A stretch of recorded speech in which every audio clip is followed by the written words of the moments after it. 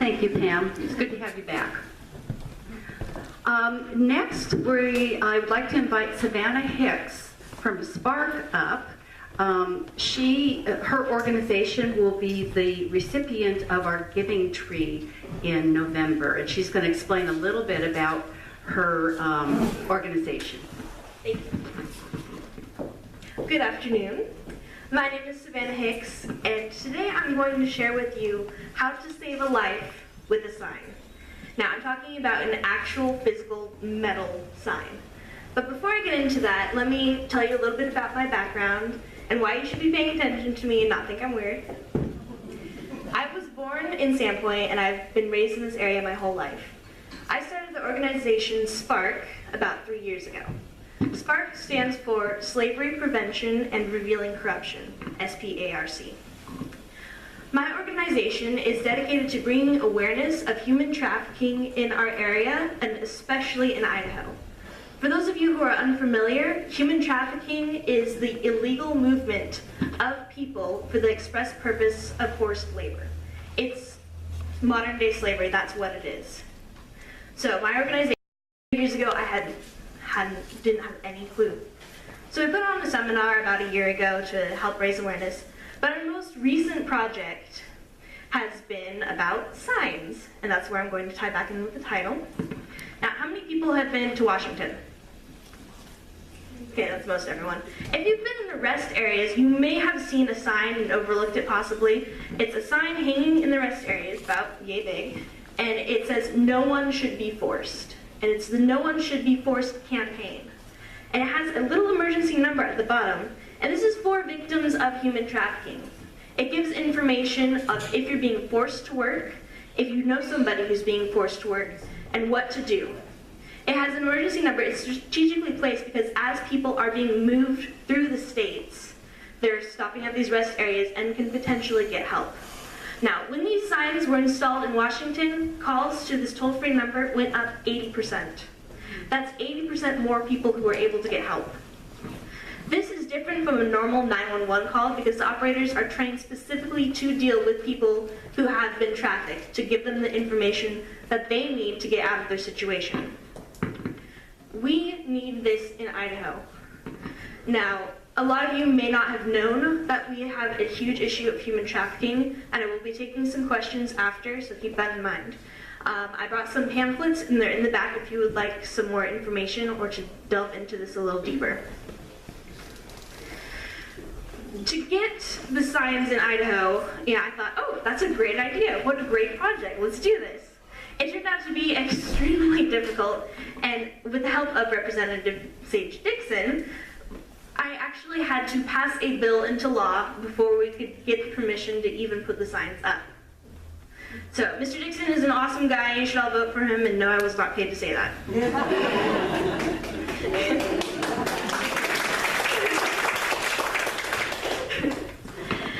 So after that entire process, which lasted almost a year, we're finally ready to start fundraising for these signs. So with the Giving Tree, the Bonner County Republican women have been gracious enough to make my organization the recipient of that. And every donation that we receive will be going directly into the manufacturing of these signs. As I stated before, Idaho needs this. Just a simple phone number can save a life. So before I open for questions, I would like to thank you guys for your time and for allowing me to be here and talk to you today.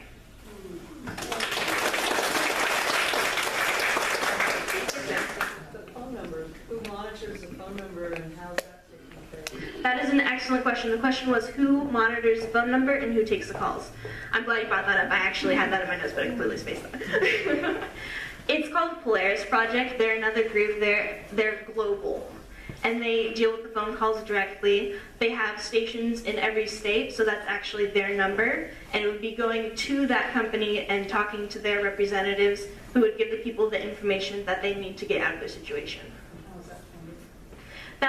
They are their own nonprofit, so all their funds is by donation, it's mostly by donations and own fundraising. They're huge, so it is completely funded by them, and they have agreed to take the calls from Idaho.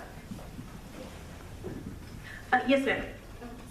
What kind of numbers are you talking about? You said they were up 80%. We're talking about hundreds or dozens or thousands? It's in the hundreds, if not thousands, of people who took those numbers. It's a really easy number to remember. I think it's 1-800-377-7888, something like that.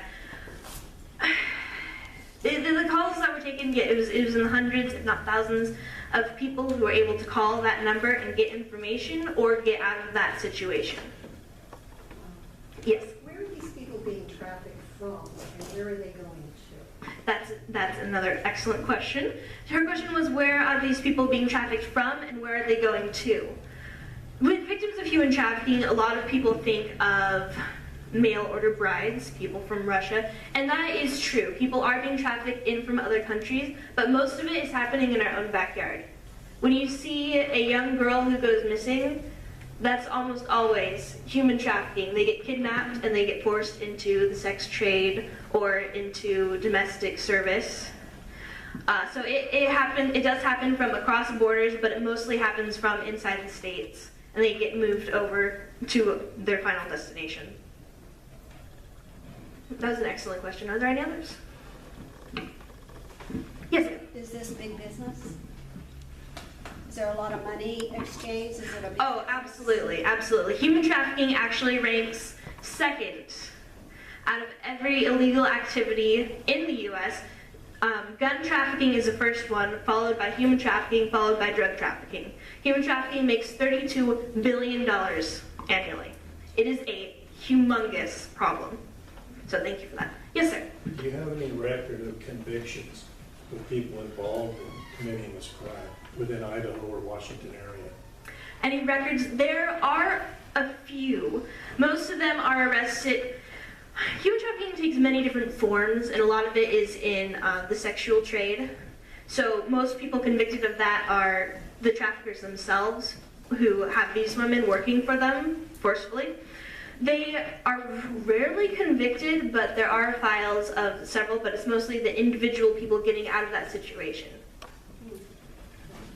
So, excellent question, thank you. Well, thank you again for your time.